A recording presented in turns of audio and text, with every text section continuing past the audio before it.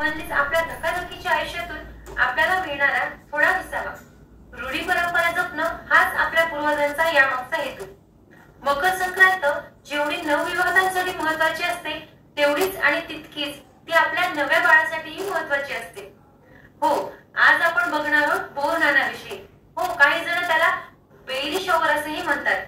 बोरनान म्हणजे काय? बोरनान का करतात? बोरनान करण्यामागचे शास्त्रीय कारण, ते का करतात, कधी करतात, कसे करतात, त्याच्यासाठी लागणारे साहित्य काय आणि ते करण्याची पारंपरिक पद्धत काय, या सगळ्या प्रश्नांची उत्तर आज आपण या व्हिडिओतून बघणार आहोत. पहिल्या संक्रांतीच्या निमित्ताने आपल्याकडे शिशु संस्कार म्हणून बोरनान करण्याची पद्धत आहे.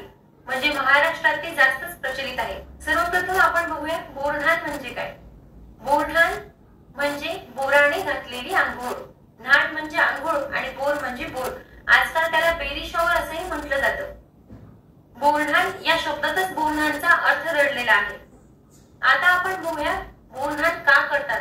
बोरनान करण्यामागे काही पौराणिक आख्यायिका आहे आणि काही शास्त्रीय कारण सुद्धा आहे.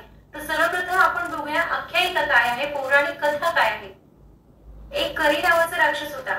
त्या करी नावाच्या राक्षसाची वाईट नजर, वाईट दृष्टी, वाईट विचार आपल्या बाळावर पडू नये म्हणून सर्वप्रथम हा शिशु संस्कार कृष्णावर, श्री कृष्णावर करण्यात आला होता आणि तेव्हापासून मात्र बोरनान ही प्रथा प्रचलित झाली.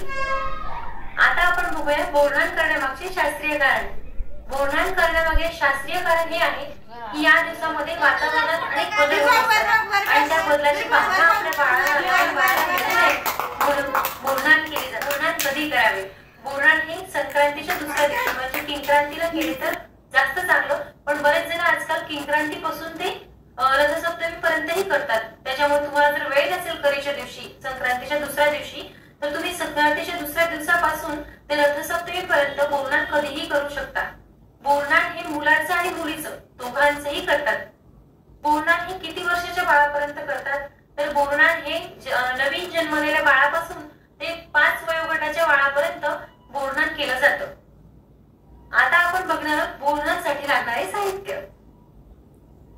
यासाठी आपल्याला लागणार आहे काळ्या रंगाचे कपडे, हलव्याचे दागिने, औक्षणासाठी तबक, बोर, उसाचे तुकडे, गाजराचे तुकडे, भुईमुगाच्या शेंगा, गोळ्या, बिस्किट, चॉकलेट आणि मुरमुरे. आता बघूया बोरनान करण्याची पारंपरिक पद्धत. बोरनान करताना लहान मुलांना काळ्या रंगाचे कपडे आणि त्यावर हलव्याचे दागिने घालून नटवतात.